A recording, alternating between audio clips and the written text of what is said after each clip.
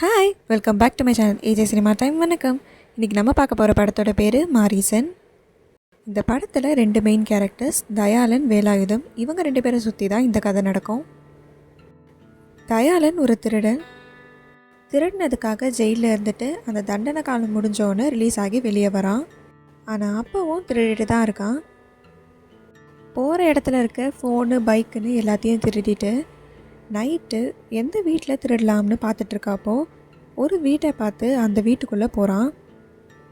அந்த வீடு ரொம்ப அமைதியாக இருந்ததுனால வீட்டுக்குள்ளே யாருமே இல்லைன்னு இவன் நினச்சிருப்பான். ஆனால் அந்த வீட்டுக்குள்ளே வேலாயுதம் அப்படிங்கிற ஒருத்தரை கையில் சங்கிலி போட்டு அங்கே இருக்க ஜன்னலில் கட்டி வச்சுருப்பாங்க. அவர் வீட்டுக்குள்ளே இருக்கிறத தெரியாமல் உள்ளே போன தயாளன் அவர் இருக்க ரூமோட டோரை தயாளன் ஓப்பன் பண்ணுறப்போ வேலாயுதம் தயாளனை பார்த்து, வா குமார், என்ன லேட் ஆகிடுச்சின்னு கேட்குறாரு.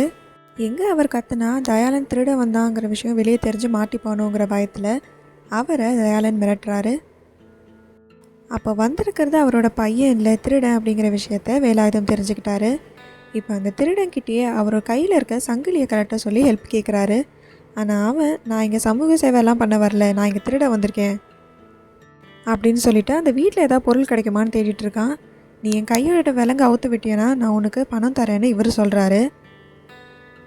எப்படியோ பேசி 25,000 தரேன்னு சொல்லி அந்த திருடன் இவரோட கையை அந்த சங்கிலியிலேருந்து கழட்டி விடுறான்.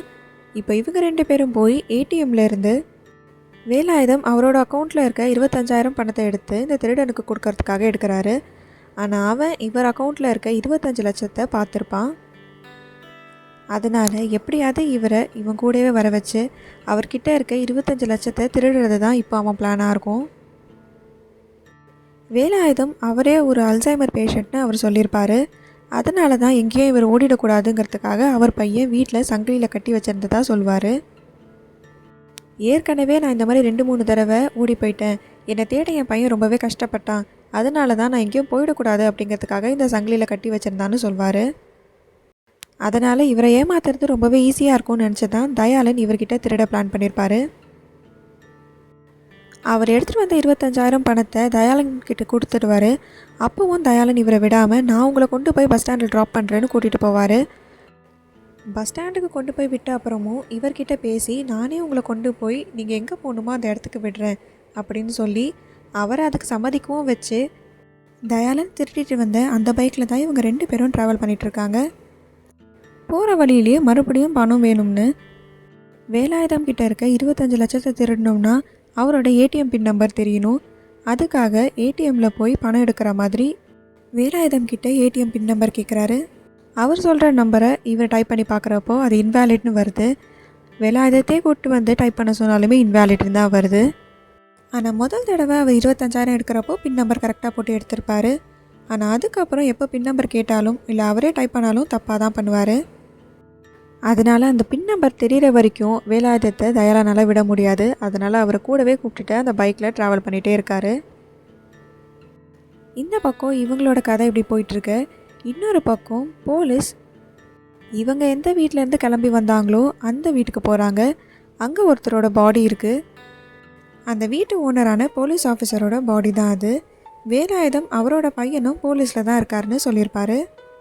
அந்த வீட்டில் இருந்து 2 பேரோட கைரேகை கிடச்சிருக்கும்.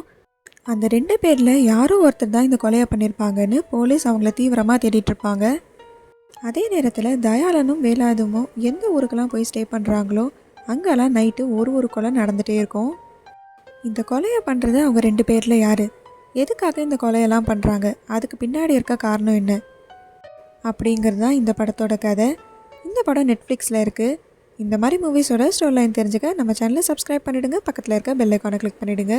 இந்த வீடியோ உங்களுக்கு பிடிச்சிருந்ததுன்னா இதுக்கு ஒரு லைக் பண்ணிவிடுங்க. Tata bye bye from AJ cinema time. வணக்கம்.